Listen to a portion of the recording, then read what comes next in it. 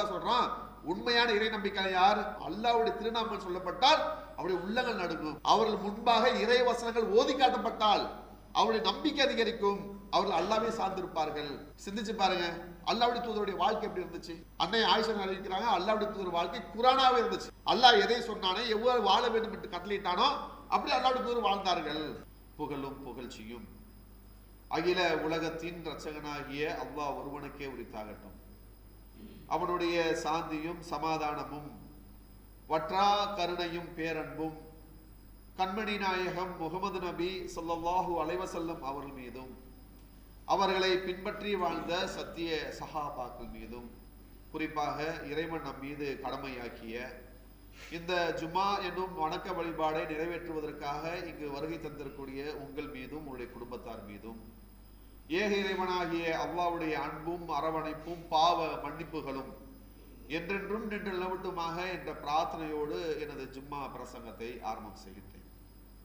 கண்ணியத்திற்குரிய எல்லாம் வல்ல அல்லாஹ்வின் நல்லடியார்களே, அன்பு பெரியவர்களே, சகோதரர்களே, இன்றைய தினம் உங்கள் மத்தியில பேசுவதற்காக தேர்வு செய்யப்பட்ட தலைப்பு என்னவென்று சொன்னால், உண்மையான இறை நம்பிக்கையாளர்கள் யார் என்ற ஒரு தலைப்பு தேர்வு செய்யப்பட்டிருக்கு.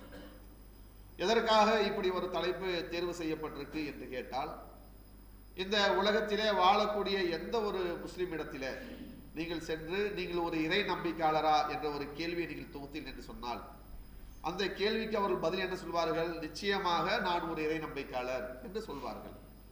நீங்கள் உங்களை இறை நம்பிக்கையாளர் என்று சொல்றீங்களே, அதுக்கு ஏதாவது ஆதாரம் இருக்குதா என்று கேட்டால் இருக்கு. என்ன இருக்கு? என்னுடைய பேர் என்ன தெரியுமா? அப்துல் ரஹ்மான், அளவற்ற அல்லாஹ்வுடைய அடிமை என்னுடைய பேர் இருக்கு. என்னுடைய பேர் அப்துல் ரஹீம், கருணையாளனுடைய அடிமை என்னுடைய பேர் இருக்கு. என்னுடைய பேர் அப்துல் சமது, தேவைகளற்ற தனித்தனுடைய அடிமை என்னுடைய பேர் இருக்கு. இப்படி அல்லாஹ்வுக்கு அடிபணி தன்னுடைய பேரை வச்சிருக்கிறான் இல்லையா? இதை விட வேற என்ன தேவை என்று இறை நம்பிக்கையாளரா என்ற கேட்ட கேள்விக்கு இப்படி பெயரை முன்னிறுத்தி பதில் சொல்லக்கூடிய மக்கள் இருக்கிறார்கள். இப்படி ஒருவர் தன்னுடைய பெயரை முன்னிறுத்தி தான் ஒரு இறை நம்பிக்கையாளர் என்று சொல்வதன் காரணமாக அவர் இறை நம்பிக்கையாளராக ஆக முடியுமா என்று கேட்டால், மார்க்கம் சொல்லுது, உங்களுடைய பெயரின் காரணமாக நீங்கள் இறை நம்பிக்கையாளராக ஆக முடியாது. எப்படி? அல்லாஹ்வுடைய தூதர் முகமது நபி ஸல்லல்லாஹு அலைஹி வஸல்லம் அவருடைய தந்தை அத்தா இருந்தாங்களா இல்லையா? அவருடைய பேர் என்ன? அப்துல்லா. அல்லாஹ்வுடைய அடிமை என்று அல்லாஹ்வுடைய தூதர் முகமது நபி ஸல்லல்லாஹு அலைஹி வஸல்லம் அவருடைய தந்தையுடைய பேர் இருந்துச்சு. நல்ல பேர் தான். எனவே நாளை மறுமை நாளில் அவர்கள் சொர்க்கத்தில் இருப்பார்களா என்று கேட்டால், அல்லாஹ்வுடைய தூதரே சொன்னார்கள், நாளை மறுமை நாளில் என்னுடைய தந்தை கூட நரகத்தில் தான் இருப்பாங்க. என்ன காரணம்?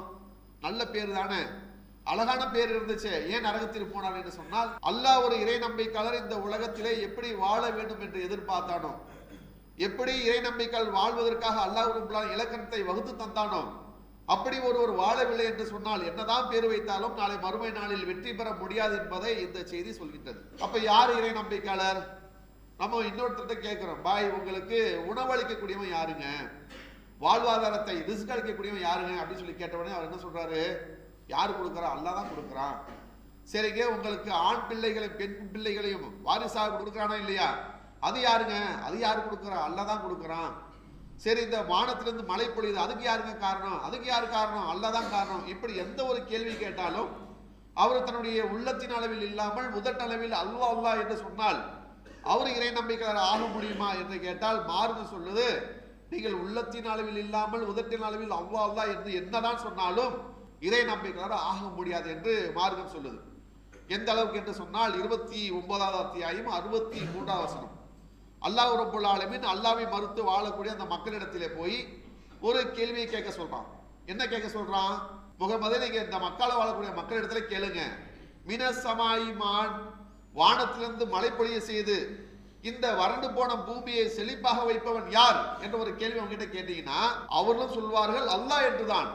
அப்ப இதுக்கெல்லாம் காரணம் என்ன அப்படின்னு சொல்லி கேட்டா அவர்களும் இறை மறுப்பாளர் என்ன சொல்வார்கள் என்று சொன்னால் அல்லாஹ் என்றுதான் சொல்வார்கள். அப்ப நீங்க சொல்லுங்க, அல்ஹம்துலில்லாஹ், எல்லா புகழும் அல்லாஹ்வுக்கு. அப்ப ஏன் நீங்க நேர்வழிக்கு வர மாட்டீங்க, ஏன் உண்மையை சிந்திக்க மாட்டீர்கள் என்று சொல்லிவிடுங்கள் என்று அல்லாஹ் ரப்பல் ஆலமீன் சொல்லக்கூடிய இந்த செய்தியை திருமறை குர்ஆன்ல பார்க்க முடிகிறது. அப்ப என்னன்னு சொன்னா, ஒருவர் தன்னுடைய பெயரின் காரணமாக இறை நம்பிக்கைகள் ஆக முடியாது. அதே மாதிரி எதுக்கு அடுத்தாலும் உதட்டின் அளவில் அல்லாஹ் அல்லாஹ் என்று சொன்னால் அவர் இறை நம்பிக்கையாளர் ஆக முடியாது என்று சொன்னா இன்னைக்கு நிறைய பேர் அப்படிதான் இருக்கிறாங்க. நல்ல பேர் வச்சிருக்கிறாங்க, எதுக்கெடுத்தாலும் சுப்ஹானல்லாஹ் அல்ஹம்துலில்லாஹ் என்று சொல்றார்கள். ஆனா அல்லாஹ் ரப்பல் ஆலமீன் ஒரு இறை நம்பிக்கையாளர் எப்படி வாழ வேண்டும் என்று எதிர்பார்த்தானோ அப்படியே தன்னுடைய வாழ்க்கை அமைத்துக் கொள்ளவில்லை. அப்ப உண்மையான இறை நம்பிக்கையாளர் யார்? உங்களையும் என்னையும் யாராவது பார்த்து சந்தித்து நீங்கள் உண்மையாகவே இறை நம்பிக்கையாளரா என்று கேட்டால் அதில் என்னங்க சந்தேகம்? நிச்சயமாக நான் ஒரு இறை நம்பிக்கையாளர் தான் என்று சொல்வதற்கான அந்த தகுதியில் நம்ம இருக்கிறோமா? அல்லாஹ் ரப்பல் ஆலமீன் வரையறுத்த அந்த வட்டத்தில் நாம் இருக்கிறோமா என்று சிந்திப்பதற்காக தான் உண்மையான இறை நம்பிக்கையாளர்கள் யார் என்ற ஒரு தலைப்பு தேர்வு செய்யப்பட்டிருக்கு. அப்போ உண்மையான இறை நம்பிக்கையாளர்கள் என்பவர் யார் என்று சொன்னால் அதுக்கெல்லாம் அகிலத்தின் அதிபதியாகி அல்லாஹ் ரப்பல் ஆலமீன் அவனுடைய புத்தகம் திருமறை குர்ஆன்ல அழகான முறையில் தெளிவான முறையில் பதிவு செய்கின்றான். உண்மையான இறை நம்பிக்கையாளர் யார்? 8வது அத்தியாயம் 2வது வசனம். அதில் அல்லாஹ் சொல்றான், உண்மையான இறை நம்பிக்கையாளர் யார் என்று சொன்னால் அல்லாஹ்வுடைய திருநாமங்கள் சொல்லப்பட்டால் அவருடைய உள்ளங்கள் நடுங்கும். சொல்லிட்டு அடுத்து அல்லாஹ் சொல்றான், அல்லாஹ்வுடைய வேத வரிகள் இறை வசனங்கள் அவன் முன்பு ஓதி காட்டப்பட்டால் அவருடைய நம்பிக்கை அதிகரிக்கும். அவர்கள் அல்லாஹ்வை சார்ந்திருப்பார்களே அவர்கள் தான் இறை நம்பிக்கையாளர் என்று சொல்லிட்டு அடுத்து அல்லாஹ் சொல்றான், அவர்கள் தான் உண்மையான மூமின்கள், உண்மையான முறை இறை நம்பிக்கையாளர் இருக்கிறார்கள் என்று அல்லாஹ் சொல்றான். அப்ப என்னன்னு சொன்னா அல்லாஹ்வுடைய திருநாமங்கள் சொல்லப்பட்ட அவருடைய உள்ளங்கள் நடுங்கும் என்று அல்லாஹ் சொல்றான். இப்ப சிந்திச்சு பாருங்க, இந்த உலகத்திலே வாழக்கூடிய நாம் அல்லாஹ்வை குறித்து அஞ்சக்கூடியவர்களா இருக்கிறோமா? உண்மையாகவே நம்முடைய உள்ளங்கள் அல்லாஹ்வை குறித்து அஞ்சக்கூடியதாக இருக்கிறதா என்பதை சிந்திக்க கடமைப்பட்டிருக்கும். அல்லாஹ்வுடைய தூதர் அவர்கள் சொன்னார்கள், திருமதி என்று சொல்லக்கூடிய நபி வழி தொகுப்பிலே பதிவு செய்யப்பட்டிருக்கு. அல்லாஹ்வுடைய தூதர் சொல்றாங்க, ஒரு இறை நம்பிக்கையாளருடைய தன்மை எப்படி இருக்கிறோம் அப்படின்னு சொன்னால் ஒருவர் தனிமையில் இருப்பார். அவர் என்ன பண்ணுவார்னு சொன்னா தன்னுடைய அல்லாஹ்வை தன்னுடைய இறைவனை நினைவு கூறுவார். ஒரு இறை நம்பிக்கையாளர் தனிமையில் இருப்பார், தன்னுடைய ரப்புவாகி அல்லாஹ்வை நினைவு கூறுவார். அப்படி நினைவு கூறுவதன் காரணமாக அவர் என்ன பண்ணுவார் சொன்னா உள்ளத்தால் நடுங்கி தன்னுடைய கண்களிலிருந்து சாரசாரியா கண்ணீர் வடிப்பார். அல்லாஹ்வை குறித்து சிந்திச்சு பார்ப்பாரு, தன்னை குறித்து சிந்தித்து பார்ப்பார். எப்படிப்பட்ட ரஹ்மான் நம்மளை படைச்சிருக்கிறான், நம்ம இந்த உலகத்தில் நம்முடைய வாழ்வாதாரத்தை எப்படி கொடுத்திருக்கிறான், நம்ம எப்படிலாம் இந்த உலகத்தில் வாழ்ந்திருக்கும் என்பதை சிந்தித்து அல்லாஹ் ரப்பல் இப்படிலாம் நம்ம படைச்சாலும் அல்லாஹ்வுக்கு செய்ய வேண்டிய கடமைகளை காரியத்தை நம்ம செய்யவில்லையே என்று தன்னைத்தானே வருத்தி உள்ளத்தால் நடுங்கி தன்னுடைய கண்ணிலிருந்து கண்ணீர் சிந்துவார் என்று சொல்லிட்டு அல்லாஹ் சொல்றாங்க. அவர் நிலை எப்படி தெரியுமா? கறந்த பால் எப்படி மீண்டும் அந்த மாட்டுடைய மடியில் புகுவது கடினமோ, பால் இருக்கு, ஆடோ மாடோ அதை கறந்துட்டோம், ரசூலுல்லாஹ் சொல்றாங்க கறந்த பால் மீண்டும் அந்த மாட்டுடைய மடியில பூவது மீண்டும் செல்வது எவ்வளவு கடினமோ அதே மாதிரி அல்லாஹ்வுடைய அச்சத்தின் காரணமாக அழுகின்ற மனிதன் நாளை மறுமை நாளில் நரகத்தில் நுழைய மாட்டார் அப்படின்னு சொன்னா அல்லாஹ் ரப்பல் அவரை பாதுகாத்து அவருக்கு என்ன பண்ணுவான்னு சொன்னா சொர்க்கத்தை வழங்குவான் என்று அல்லாஹ் சொல்றாங்க. அப்ப அல்லாஹ்வுடைய அச்சத்தின் காரணமாக ஒரு மனிதன் ஒரு இறை நம்பிக்கையாளர் தன்னுடைய வாழ்க்கை அமைத்துக் கொள்ள வேண்டும் என்று அல்லாஹ்வுடைய தூதர் முகமது நபி ஸல்லல்லாஹு அலைஹி வஸல்லம் சொல்றாங்க. அல்லாஹ்வுடைய தூதர் அவங்க எதை சொன்னார்களோ அதுக்கு ஏற்ற மாதிரி அல்லாஹ்வுடைய தூதர் அவர்கள் இருந்தார்கள். எந்த அளவுக்கு இருந்தாங்க? அல்லாஹ் ரப்பல் சொல்றான், நபியே உம்மை இந்த மனித சமுதாயத்திற்கு ஒரு அருளாக ஒரு அருட்கொடையாக தந்திருக்கும் என்று அல்லாஹ்வுடைய தூதரை பார்த்து சொல்றான். சொல்லிட்டு 3வது அத்தியாயம் 31வது வசனம் சொல்றான், குல் நபியே சொல்லுங்க, நீங்கள் அல்லாஹ்வை நேசிப்பதாக இருந்தால் என்னை பின்பற்றுங்கள், அல்லாஹ் உங்களை நேசிப்பான், பாவங்களை மன்னிப்பான், நிகரற்ற அன்புடையனாக இருக்கின்றான்.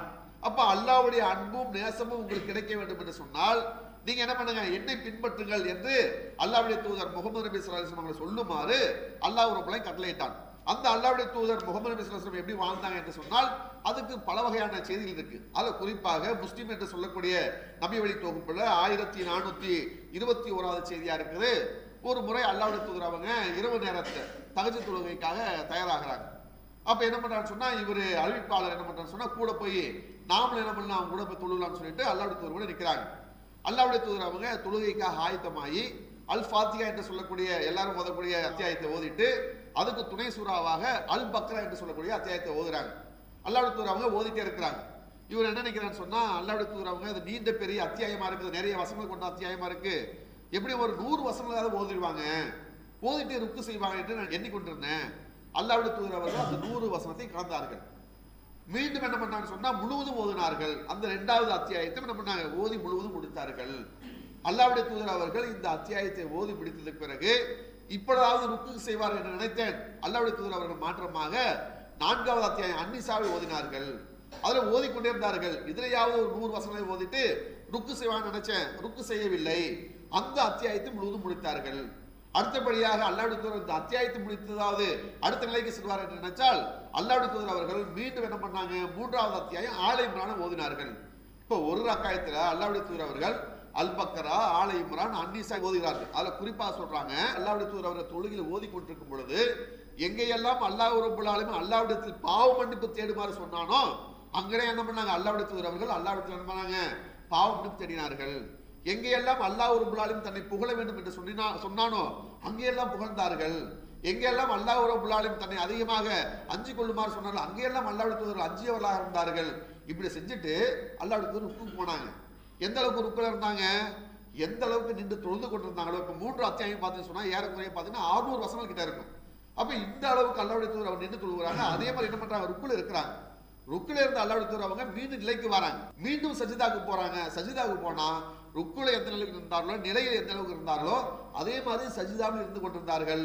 அல்லாஹ்வுடைய தூதர் முகமது நபி ஸல்லல்லாஹு அலைஹி வஸல்லம் அவர்கள் இவ்வாறாக தொழுதார்கள் என்று சொல்லக்கூடிய செய்தி நம்ம கிட்ட இருக்கு. அப்ப சிந்திச்சு பாருங்க, ஒரு இறை நம்பிக்கையாளர்கள் எப்படி இருக்க வேண்டும் என்பதற்கு முன் உதாரணமாக அல்லாஹ்வுடைய தூதர் அவர்கள் இருந்திருக்கிறார்கள். இப்ப சிந்திச்சு பாருங்க, நம்மளுடைய நிலை எப்படி இருக்குதா? இன்னைக்கு எந்த அளவு இருக்கிறோம், எந்த அளவுக்கு நம்முடைய வாழ்க்கை அமைச்சிருக்கிறோம் என்று சொன்னால், இன்னைக்கு அதிகமான மக்கள் தன்னை இறை நம்பிக்கையாளர் என்று சொல்வதற்கு ஆசைப்படுறாங்க. இறை நம்பிக்கையாளரா என்று கேட்டால் ஆம் என்று சொல்வதற்கு அவர்கள் முன் வருவார்கள். ஆனால் உண்மையாகவே இறை நம்பிக்கையாளர்கள் இருக்கக்கூடிய அந்த வாழ்க்கையின் அந்த பக்குவத்தில் இருக்கிறார்களா? அல்லாஹ்வுடைய தூதர் அவர்கள் வாழ்ந்த அந்த வாழ்க்கை பிரகாரமாக வழக்க வழிபாடுகள் அமைத்துக் கொள்ள பிரகாரம் இருக்கிறார்கள் என்று சொன்னால் இல்ல. அல்லாஹ் சொல்றான், வமா அர்சல்னாக இல்லா ரஹ்மத்துல் ஆலமீன், நபியே உம்மை இந்த மனித சமுதாயத்திற்கு ஒரு அருளாக அருள்படையாக பட்டிருக்கும் என்ற அல்லாஹ்வுடைய தூதர் அவர்கள் இரவு நேரத்தில் நின்று அந்த அளவுக்கு தொழுந்திருக்காங்கன்னு சொன்னா இன்னைக்கு சிந்திச்சு பாருங்க. அல்லாஹ் ரப்பல் நம்மளை படைச்சதுக்கான காரணம் என்ன? வமா ஹலகுத்துல் ஜின்ன வல் இன்சா இல்லா லியஅபுதூன், மனிதனையும் ஜின்னையும் எதற்காக படைத்தேன் என்று சொன்னால் என்னை வணங்குவதற்காக அன்றி வேறொன்றும் இல்லை என்று அல்லாஹ் சொல்றான். இப்ப சிந்திச்சு பாருங்க, இன்று வாழக்கூடிய இஸ்லாமியர்கள் நிச்சயமாக அல்லாஹ்வுக்கு அஞ்சி வாழக்கூடியவர்களா இருக்கிறாங்களா? எந்த அளவுக்கு இருக்கிறாங்க? அதிகமான இஸ்லாமிய மக்கள் இந்த ஜும்மாவுடைய தொழுகை இருக்கா இல்லையா, இந்த ஜும்மாவுக்கு தொழுகக்கூடிய ஆர்வத்தை ஃபஜ்ருக்கு காட்டுறது கிடையாது. சிந்திச்சு பாருங்க, எல்லா பள்ளிவாசலும் ஜும்மாவுக்கு வரக்கூடிய மக்களுடைய கூட்டம் இருக்குதா? இல்ல. அப்ப ஃபஜ்ருக்கு எங்க போயிடறாங்க என்று சொன்னால் அந்த ஊர்ல தான் இருப்பாங்க.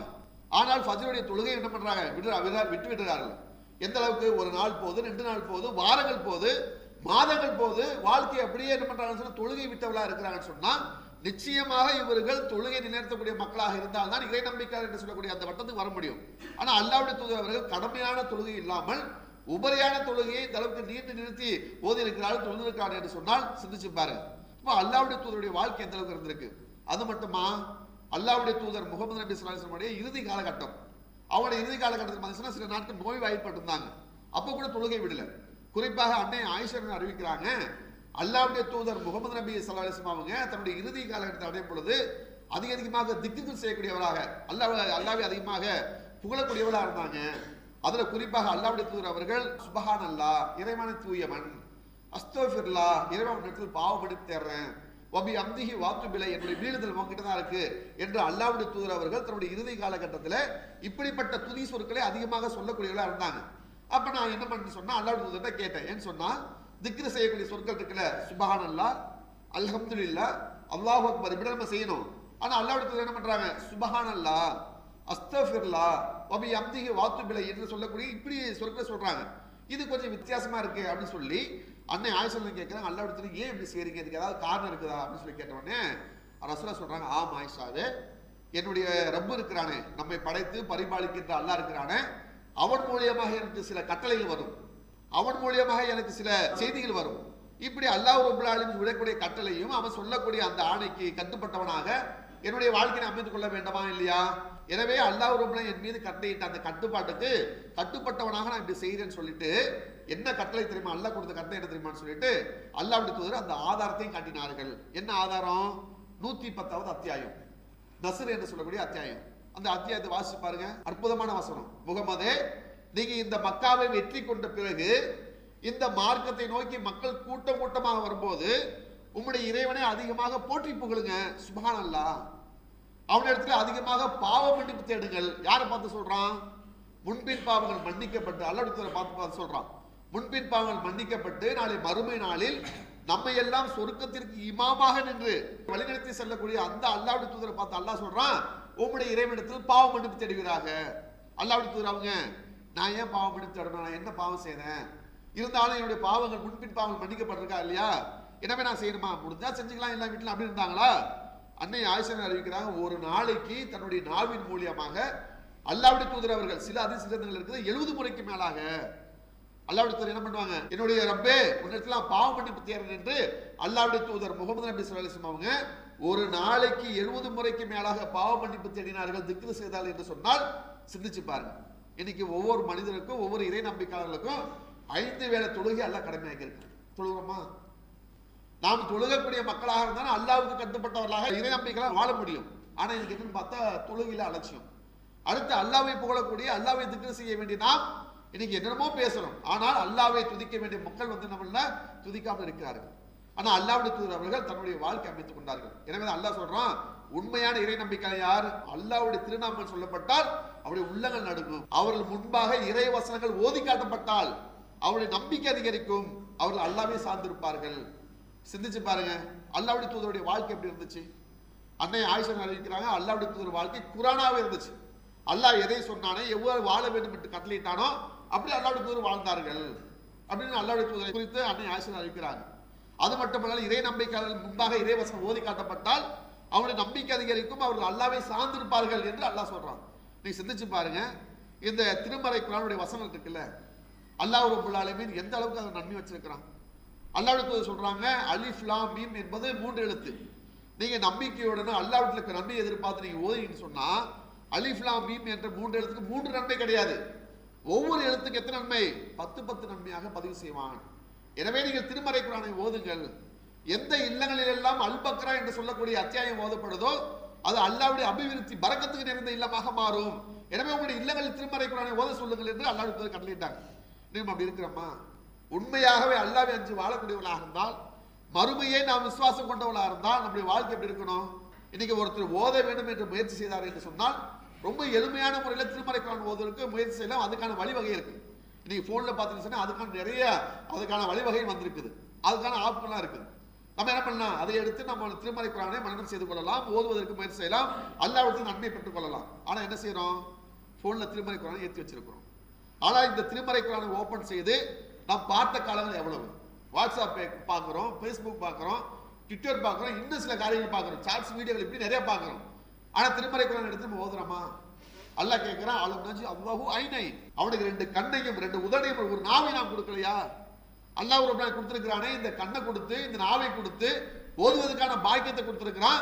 ஆனா நம்ம என்ன செய்யறோம் என்று சொன்னால் இதையெல்லாம் மறந்துவிட்டு அல்லாஹ்வை மறந்து நாம் வாழ்ந்தோம் என்று சொன்னால் நிச்சயமாக அல்லாஹ் ரப்பல் ஆலமீன் அவனால் நிராகரிக்கப்பட்ட நஷ்டத்திற்கு உள்ளான மக்களாக நாம் மாறிவிடுவோம். இஸ்லாமிய மார்க்கம் எவ்வளவுதான் போதனை செய்தாலும் எவ்வளவுதான் சொல்லப்பட்டாலும் அதை அலட்சியப்படுத்தக்கூடிய மக்களாக இருக்கிறோம். ஆனால் சஹாபாக்கள் எப்படி இருந்தாங்கன்னு சொன்னா அதிகமாக அல்லாஹ்வை அஞ்சக்கூடிய மக்களாக இருந்தாங்க. எந்த அளவுக்கு இருந்தாங்கன்னு சொன்னா அதுக்கு பல வகையான செய்தி இருக்கு. அதுல ஒரு செய்தி என்ன சொன்னா, அல்லாஹ்வுடைய தூதர் அவர்கள் ஒரு வாட்டி சஹாபாக்களோட உட்கார்ந்து பேசிட்டு இருக்கிறாங்க. அல்லாஹ்வுடைய தூதர் அவங்க பேசிட்டு இருக்கும்போது மௌனம் ஆயிட்டாங்கன்னு சொன்னா அல்லாஹ்வின் புறத்திலிருந்து அவங்களுக்கு வகி செய்தி குர்ஆனுடைய ஆயத்துகளை ஜிப்ரீல் அலைஹிஸ்ஸலாம் அவங்க கொண்டாந்து சொல்வார்கள். அல்லாஹ்வுடைய தூதர் அவங்க கிட்ட ஓதி காட்டுவார்கள். அல்லாஹ்வுடைய தூதர் அவர் செவி செய்தியாக வாங்கி உள்ளத்தில் அல்லாஹ் ரப்பல் மனம் செய்வதற்கான வாய்ப்பு கொடுத்தா அல்லாஹ்வுடைய தூதர் மனம் செய்து கொண்டு எதை இறைவன் எனக்கு அவர் தந்தானோ அந்த செய்தியை மக்களிடத்தில் ஓதுவார்கள். இப்படி அல்லாஹ்வுடைய தூதர் அவங்க ஒரு வாட்டி பேசிட்டு இருக்கும்போது மௌனமாயிறாங்க. அப்ப சஹாபாக்கள் உணர்ந்து கொண்டாங்க, ஏதோ அல்லாஹ்வுடைய பக்கத்துல இருந்து வகி செய்தி இறங்கி கொண்டிருக்குன்னு சொல்லிட்டு இருக்கிறாங்க. கொஞ்ச நேரம் கழிச்சு அல்லாஹ்வுடைய தூதர் அவங்க பழைய நிலைக்கு வந்துறாங்க. மீண்டும் எப்படி இயல்பா இருந்தாலும் அந்த நிலைக்கு வந்துறாங்க. வந்த பிறகு அல்லாஹ்வுடைய தூதர் என்ன பண்ணான்னு சொன்னா, தனக்கு எந்த செய்தி இறைவன் இறக்கினானோ அந்த செய்தியை வந்த இருக்கக்கூடிய மக்களுக்கு ஓதி காட்டினாங்க. எதை ஓதி காட்டினாங்க என்று சொன்னா 2வது அத்தியாயம் அல் பக்ரா இருக்கா இல்லையா, அதுல 2வது அத்தியாயத்துல 284வது வசனம் வீட்டை போய் பாருங்க. அதுல அல்லாஹ் சொல்றான், லில்லாஹி மாஃபி சமாவாத்தி வமாஃபில் அர்த், வானங்களில் உள்ளவையும் பூமியில் உள்ளவதும் இறைவன் அறிவான், மேலும் உங்களுடைய உள்ளங்களில் நீங்கள் மறைத்து வைப்பது இறைவன் அறிவான், அதை நாளை மறுமை நாள்ல வெளிக்கொண்டு வருவான். அல்லாஹ் ஒரு சத்தியத்தை ஒரு உண்மையை சொல்றான். வானங்கள்ல உள்ளது, ஏன்னா அந்த அல்லாஹ் தானே படைச்சான், அவனுக்கு தெரியாம இருக்காது இல்ல. அல்லாஹ் சொல்றான், வானத்தில் உள்ளவையும் அல்லாஹ் அறிவான், பூமியில் உள்ளது இறைவன் அறிவான், மேலும் உங்களுடைய உள்ளங்களில் நீங்கள் மறைத்து வைப்பது இறைவன் அறிவான், அதை நாளை மறுமை நாள்ல வெளிக்கொண்டு வருவான். இன்னைக்கு பார்த்து சொன்னா நல்ல மாதிரி இருப்பாங்க, ஆனா உள்ளக்குள்ள என்ன இருக்குன்னு யாருக்கு தெரியாது? பெத்த பிள்ளையோட நிலை தாய் தந்தைக்கு தெரியாது. அதே மாதிரி பார்த்து சொன்னா தாய் தந்தையுடைய பிள்ளைகள் தெரியாது, யாருக்கும் ஒருவருடைய உள்ளத்தில் இருக்கிற விஷயம் தெரியாது. ஆனா அல்லாஹ் அறியக்கூடியவனா இருக்கிறான். அல்லாஹ் சொல்றான், உங்களுடைய உள்ளங்களில் உள்ளதை நாளை மறுமை நாள்ல வெளிக்கொண்டு வருவோம். இந்த ஆயத்து ஓதி காட்டினாங்க.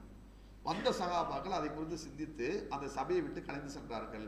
இது அபூ ஹுரைரா அறிவிக்கக்கூடிய ஹதீஸ், புகாரி முஸ்லிம் போன்ற ஹதீஸ்ல இருக்கு. போனவன் என்ன பண்ணான்னு சொன்னா மீண்டும் வராங்க பள்ளிவாசல் வந்து என்ன பண்ணான்னு சொன்னா எந்த ஒரு பேச்சையும் பேசவில்லை, மாறாக தன்னுடைய கண்ணிலிருந்து சாரையா கண்ணீர் வடித்து அழுகக்கூடியவர்களா இருந்தார்கள். இப்போ அல்லாஹ்வுக்கு சொல்றாங்க, என்னுடைய தோழர்களை நீங்கள் எதுக்காக அழுகிறீங்க? திருமறை குர்ஆன் வசனம் அல்லாஹ் இறக்குனா உங்களுக்கு ஓதி காட்டினேன், கேட்டுட்டு போனவன் என்ன பிற மக்களை பண்ணிட்டு வந்தீங்க, ஆனா எதுவுமே சொல்லாம அழுகிறீங்களா, அழுகைக்கான காரணம் என்ன? அல்லாஹ் சஹாபாக்கள் சொல்றாங்க, அல்லாஹ்வுடைய தூதரே, ஒரு காலம் இருந்துச்சு, நாங்கள் எப்படி இருந்தோம், வணக்கத்திற்கு தகுதியானவன் அல்லாஹ் ஒருவனை தவிர வேற கடவுள் இல்லை என்பதை விட்டுவிட்டு மன இச்சை பின்பற்றி மனுபோன போக்கில் இருந்தோம், சிலைகளை வணங்கி கொண்டிருந்தோம். ஆனா இப்ப எங்களுடைய கொள்கை என்ன? வணக்கத்திற்கு தகுதியானவன் அல்லாஹ்வை தவிர வேற யாரும் இல்லை என்பதை நாங்கள் ஏற்றுக்கொண்டிருக்கிறோம். அது மட்டுமா, இந்த கொள்கையை ஏற்றுக்கொண்டு நாங்கள் ஒவ்வொரு நாளும் 5 வேளை தொழுகை நிலைநாட்டுறோம். ரமலான் மாதம் முழுவதும் நோன்பு நோக்கின்றோம். பொருளாதாரத்தை ஏழைகளுக்கு செலவு செய்யறோம். ஏன்? இதெல்லாம் நாளை மறுமை நாள் அல்லாஹ் ஏற்றுக்கொண்டு எங்களுடைய தங்குமிடம் சொர்க்கமாக அல்லாஹ் தருவான் என்ற நம்பிக்கையோடு. ஆனா அல்லாஹ் என்ன சொல்றான்? உள்ளத்தில் உள்ளதை இறைவன் அறிவான், நாளை மறுமை நாளை வெளிக்கொண்டுவான்னு சொன்னா அல்லாஹ்வுடைய தூதரே, மனிதன் என்று சொல்லக்கூடிய உள்ளத்துல தீமையான காரியத்தை சிந்திக்கிறானா இல்லையா? உள்ளத்துல தீமையான காரியம் வருதா இல்லையா? அப்ப நாளை மறுமை நாளில் தீமையை அல்லாஹ் விசாரித்தான்னு சொன்னா நாங்கள் நஷ்டவாளியாக கருதப்பட்டு நரகத்தில் போய்விடுமோ என்ற கவலையும் அச்சமும் எங்களுக்கு ஏற்படுது. எனவே தான் நாங்கள் அழுகிறோம் என்று சொல்றாங்க.